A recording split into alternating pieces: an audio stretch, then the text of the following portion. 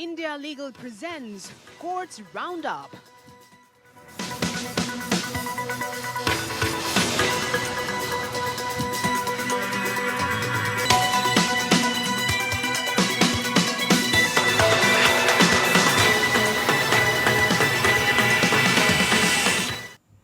Courts roundup में आपका स्वागत है और मैं हूं आपके साथ Ankita Singh.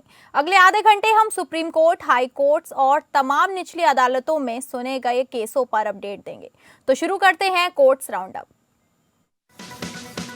India Legal presents Courts Roundup.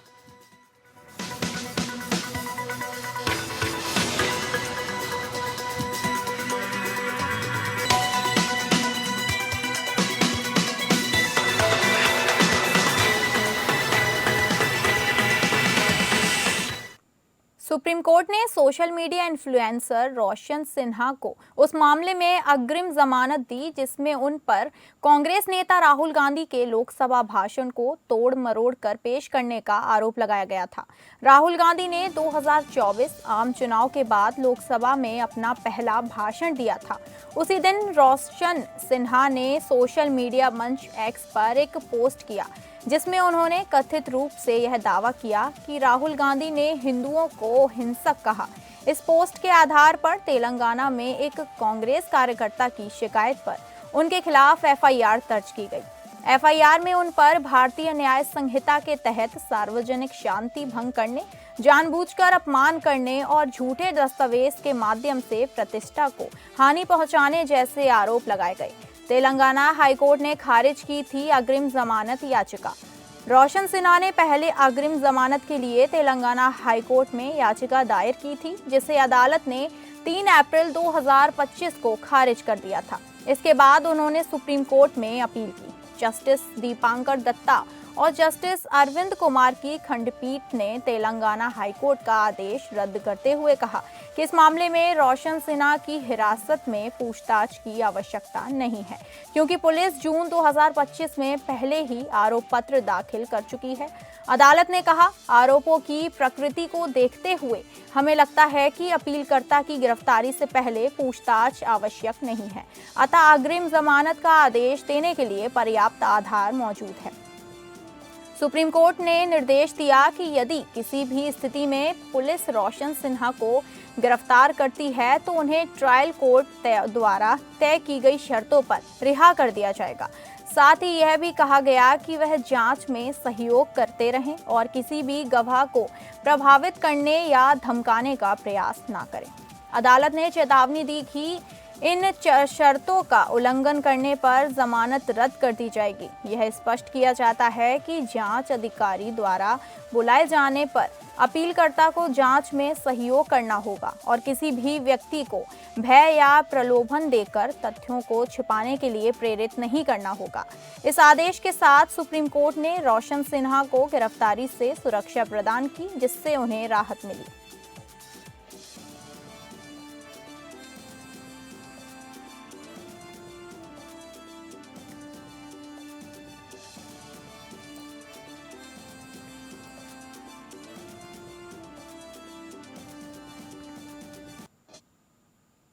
Delhi में वायु प्रदूषण मामले पर सुप्रीम कोर्ट में सुनवाई हुई। दिल्ली में वायु प्रदूषण के बढ़ते स्तर पर सुप्रीम कोर्ट ने चिंता जताई है। न्यायमूर्ति पीएस नरसिम्हा और न्यायमूर्ति अतुल एस चंद्रकर की पीठ ने कहा कि स्थिति बहुत गंभीर है और वकीलों से वीडियो कॉन्फ्रेंसिंग के माध्यम से पेश होने का आग्रह किया।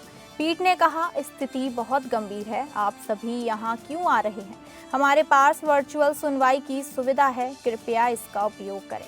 यह प्रदूषण स्थायी नुकसान पहुंचाएगा। दिल्ली की वायु गुणवत्ता सूचकांक AQI मंगलवार को 9 बजे 425 दर्ज की गई, जिसके बाद commission for air quality management ने तत्काल प्रभाव से एनसीआर में स्टेज 3 के तहत 9 बिंदु कार्यवाही योजना की घोषणा की। एक अन्य पीठ जिसमें मुख्य न्यायाधीश BR गवई और न्यायमूर्ति के विनोद चंद्रन शामिल हैं, ने पंजाब और हरियाणा सरकारों से पराली जलाने को नियंत्रित करने के लिए उठाए गए कदमों के बारे में पूछा है। यह मुद्दा दिल्ली और अन्य राज्यों में वायु प्रदूषण को बढ़ावा देता है। कोर्ट ने दिल्ली में वायु प्रदूषण की समस्या पर चिंता जताई है और सरकारों से इस पर काबू पाने के लिए कदम उठाने का आग्रह किया है। कोर्ट ने वकीलों से वीडियो कॉन्फ्रेंसिंग के माध्यम से पेश होने का आग्रह किया है ताकि प्रदूषण के स्तर को कम किया जा सके।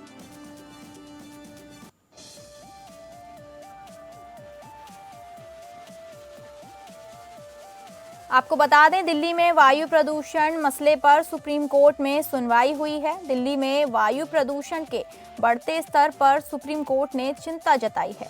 न्यायमूर्ति पीएस नरसिम्हा और न्यायमूर्ति अतुल एस चंद्रकर की पीठ ने कहा कि स्थिति बहुत गंभीर है और वकीलों से वीडियो कॉन्फ्रेंसिंग के माध्यम से पेश होने का आग्रह किया। पीठ ने कहा कि स्थिति बहुत गंभीर है, आप सभी यहाँ क्यों आ रहे हैं? हमारे पास वर्चुअल सुनवाई की सुविधा है, कृपया इसका उपयोग करें। यह प्रदूषण स्थायी नुकसान पहुंचाएगा।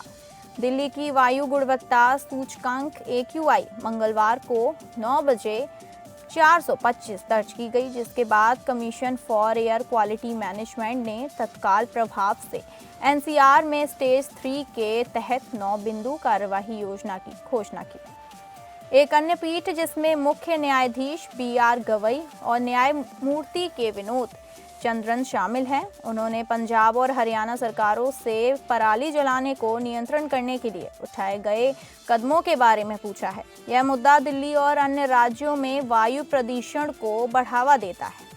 कोर्ट ने दिल्ली में वायु प्रदूषण की समस्या पर चिंता जताई है और सरकारों से इस पर काबू पाने के लिए कदम उठाने का आग्रह किया है। कोर्ट ने वकीलों से वीडियो कॉन्फ्रेंसिंग के माध्यम से पेश होने का अनुरोध किया है ताकि प्रदूषण के स्तर को कम किया जा सके।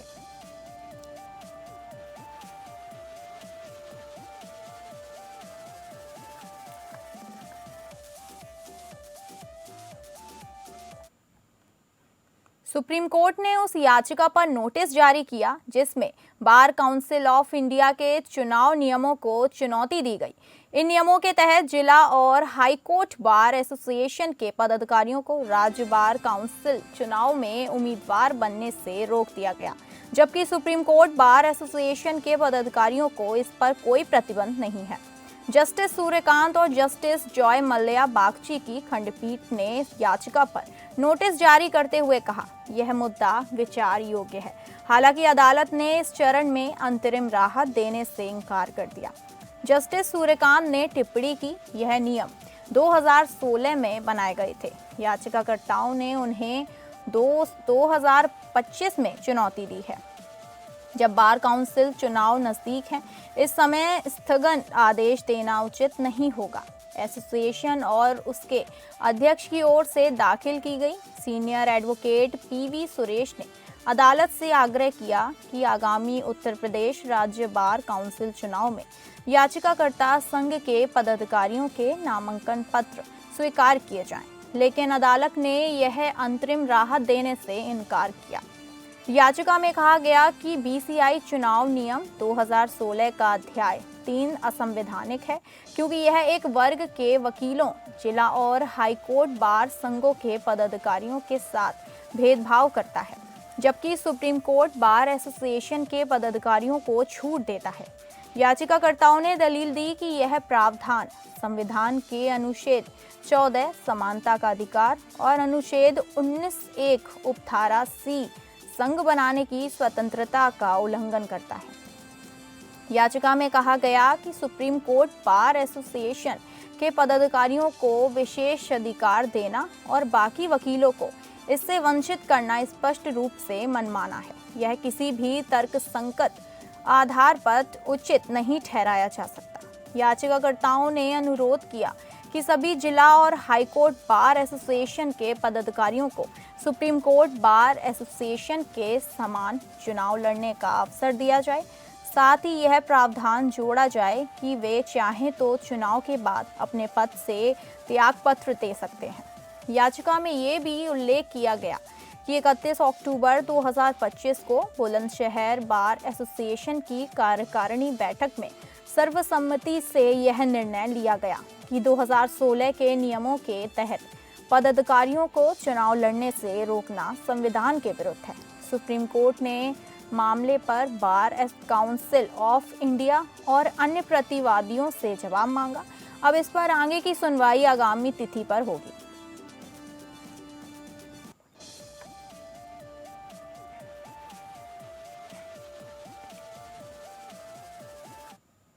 तो वक्त है एक छोटे से ब्रेक का। India Legal presents Courts Roundup.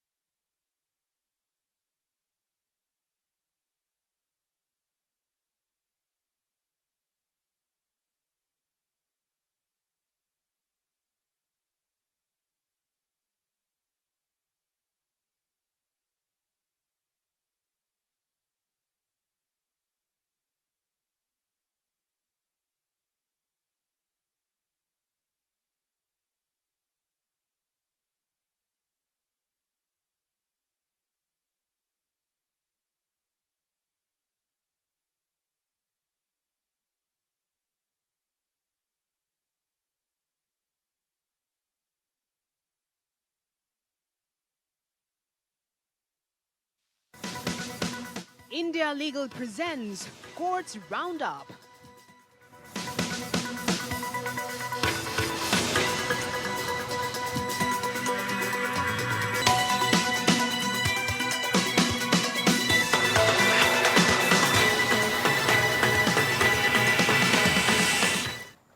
Break के बाद आप सभी का फिर से स्वागत है। बढ़ते हैं अगली खबर की ओर।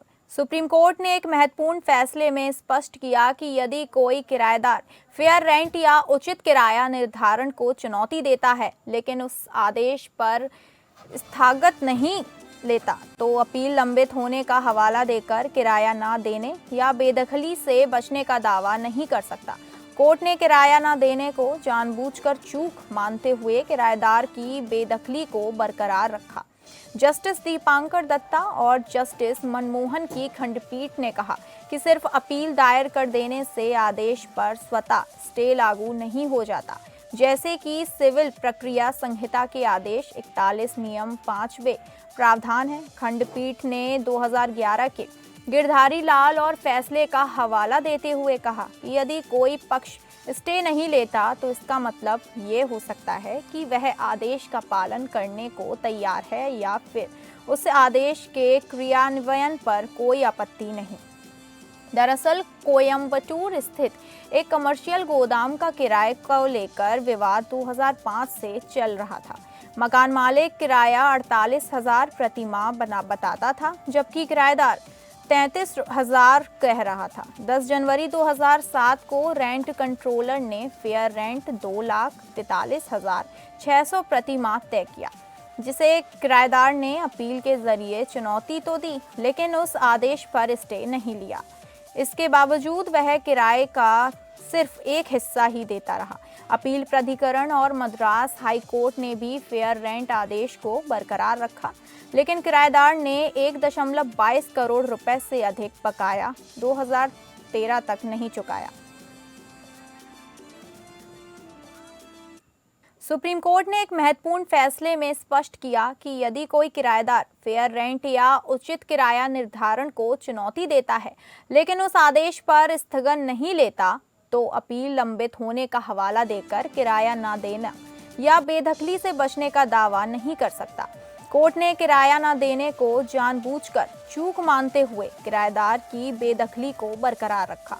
जस्टिस दीपांकर दत्ता और जस्टिस मनमोहन की खंडपीठ ने कहा कि सिर्फ अपील दायर कर देने से आदेश पर स्वतः स्टे लागू नहीं हो जाता, जैसे कि सिविल प्रक्रिया संहिता के आदेश 41 नियम 5वें प्रावधान है। खंडपीठ ने 2011 के गिरधारी लाल फैसले का हवाला देते हुए कहा कि यदि कोई पक्ष स्टे नहीं लेता तो इसका मतलब हो सकता है कि वह आदेश का पालन करने को तैयार है या फिर उसे आदेश के क्रियान्वयन पर कोई आपत्ति नहीं। दरअसल कोयम्बटूर स्थित एक कमर्शियल गोदाम का किराए को लेकर विवाद 2005 से चल रहा था। मकान मालिक किराया 48,000 प्रति माह बताता, जबकि किराएदार 33,000 कह रहा था। 10 जनवरी 2007 को रेंट कंट्रोलर ने फेयर रेंट 2,43,600 प्रति माह तय किया, जिसे किराएदार ने अपील के जरिए चुनौती तो दी लेकिन उस आदेश पर स्टे नहीं लिया। इसके बावजूद वह तय किराए का सिर्फ एक हिस्सा ही देता रहा।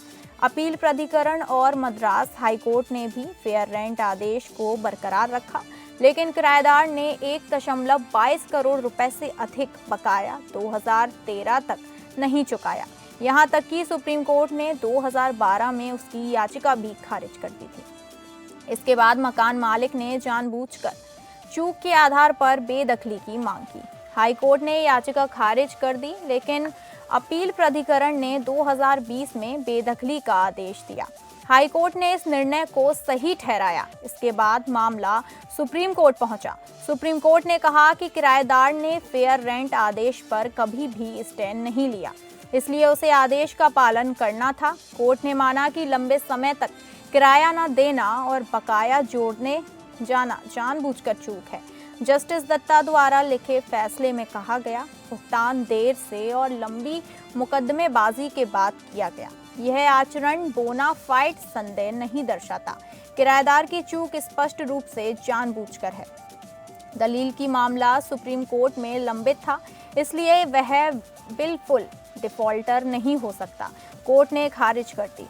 कोर्ट ने कहा कि जब तक किसी आदेश पर स्टे नहीं लिया जाता, उसका संचालन जारी रहता है और किराया दे माना जाता है। मुकदमेबाजी लंबित होने का बहाना बनाना उचित नहीं। कोर्ट ने कहा, यदि कोई पक्ष आदेश को चुनौती देता है लेकिन स्टे नहीं लेता, तो वह न्यायिक निर्धारण के लाभ से दूसरे पक्ष को वंचित नहीं कर सकता। सुप्रीम कोर्ट ने अपील खारिज कर दी और किराएदार की बेदखली का सही ठहराया, यह कहते हुए कि उसने वर्षों तक किराया न देकर जानबूझकर चूक की है।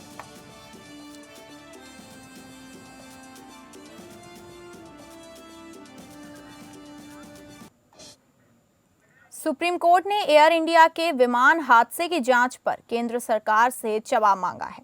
यह हादसा जून में अहमदाबाद में हुआ था, जिसमें 260 लोगों की मौत हो गई थी। विमान के पायलट कैप्टन सुमित सभरवाल के पिता ने स्वतंत्र न्यायिक जांच की मांग की है।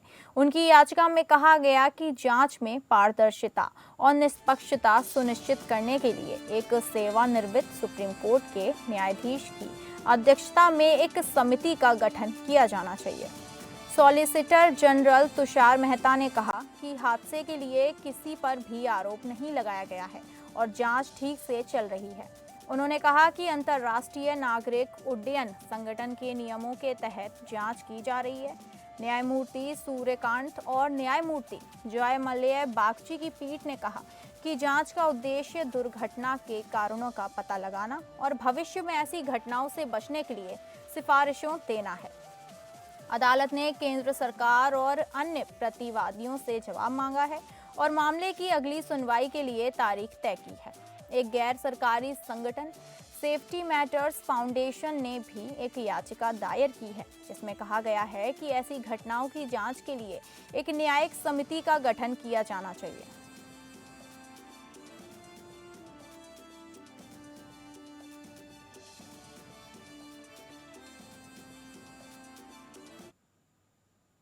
मुंबई एंटी करप्शन ब्यूरो ने मझगांव सिविल और सेशंस कोर्ट के अतिरिक्त जज एजाजुद्दीन सजूहुद्दीन काजी और कोर्ट क्लर्क चंद्रकांत हनुमंत वासुदेव के खिलाफ रिश्वत लेने का मामला दर्ज किया है। आरोप है कि वासुदेव ने जज की ओर से 15 लाख रुपए की रिश्वत ली थी। एसीबी के अनुसार शिकायतकर्ता की पत्नी ने 2015 में अपनी जमीन पर जबरन कब्जा करने का आरोप लगाते हुए बॉम्बे हाई कोर्ट में याचिका दायर की थी। हाई कोर्ट ने अंतरिम आदेश में तीसरे पक्ष के अधिकार बनाने पर रोक लगा दी थी। मार्च 2024 में हाई कोर्ट ने इस मामले को मझगांव की सिविल कोर्ट में ट्रांसफर कर दिया था। शिकायतकर्ता के कर्मचारी के अनुसार वासुदेव ने सितंबर में उसके संपर्क किया और मुलाकात करने को कहा। शिकायतकर्ता ने वासुदेव से मुलाकात की, जिसमें वासुदेव ने कथित तौर पर 25 लाख रुपए की मांग की, जिसमें से 10 लाख रुपए खुद के लिए और 15 लाख रुपए जज के लिए मांगे थे। शिकायतकर्ता ने मना कर दिया। शिकायतकर्ता ने एसीबी से संपर्क किया, जिसने 10 नवंबर को वासुदेव के खिलाफ जांच शुरू की। जांच के दौरान वासुदेव ने कथित तौर पर रिश्वत की मांग की और कम राशि से सौदा तय किया। 11 नवंबर को एसीबी ने जाल बिछाया और वासुदेव को 15 लाख रुपए लेते हुए रंगे हाथ पकड़ लिया। एफआईआर के अनुसार वासुदेव ने रकम लेने के बाद जज एजाजुद्दीन काजी को फोन कर बताया कि उसने रिश्वत ले ली है। दोनों आरोपियों के खिलाफ भ्रष्टाचार निवारण अधिनियम की धाराओं 7 और 7A के तहत मामला दर्ज किया गया है।